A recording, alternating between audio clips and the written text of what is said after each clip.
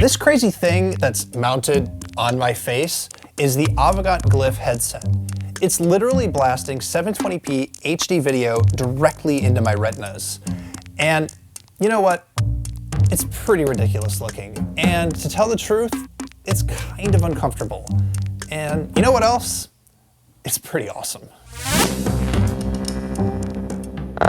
The Glyph is a headset that we've seen knocking around the Kickstarter world for a little while now. And now it's finally available for the not at all low price of $699. The basic idea is simple. Take what looks like an oversized pair of Beats headphones and then embed a screen in the headband. Flip the sucker down over your eyes and bam, you've got instant personal cinema. But you should know what the Glyph is not before you understand what it actually is. It is not a VR headset.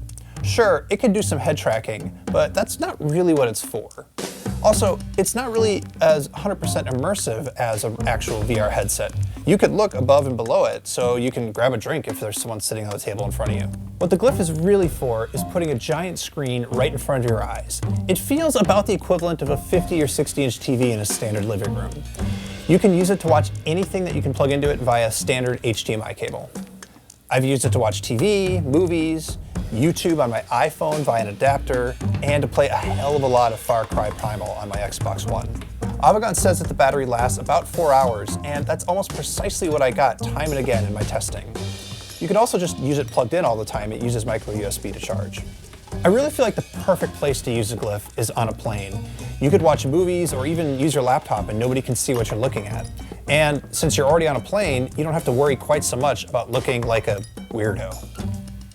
The Glyph works by shining a light on a couple million micro mirrors, which then reflect the image directly into your sockets through 2 tiny adjustable lenses. And honestly, you're going to be doing a lot of adjustment with this thing when you get started. There's 7 or 8 little fiddly knobs or switches that you need to move around to get the image to look just right and to make the Glyph feel comfortable on your head. There's swappable nose bridges, rotating eyepieces to match your vision on each eye, and there's even an optional headband if it weighs too much. You can also adjust the brightness, but there's only 3 settings, and even the lowest setting is way too bright. I have this giant rectangular square after image in my vision after I take the headset off. All that adjustment is a lot of work, and if you get it right, it's actually amazing. But 15 minutes later, it may have fallen down on your face a little bit, or you may find it's too heavy, or you may find that you have this giant bruise-looking thing on your nose from wearing it for too long. Here's the thing though. Once you get all those adjustments dialed in, you'll see something very cool. A crisp, bright HD video or a video game. It doesn't feel low res or jagged like most of the stuff that you see in like Google Cardboard or in Gear VR.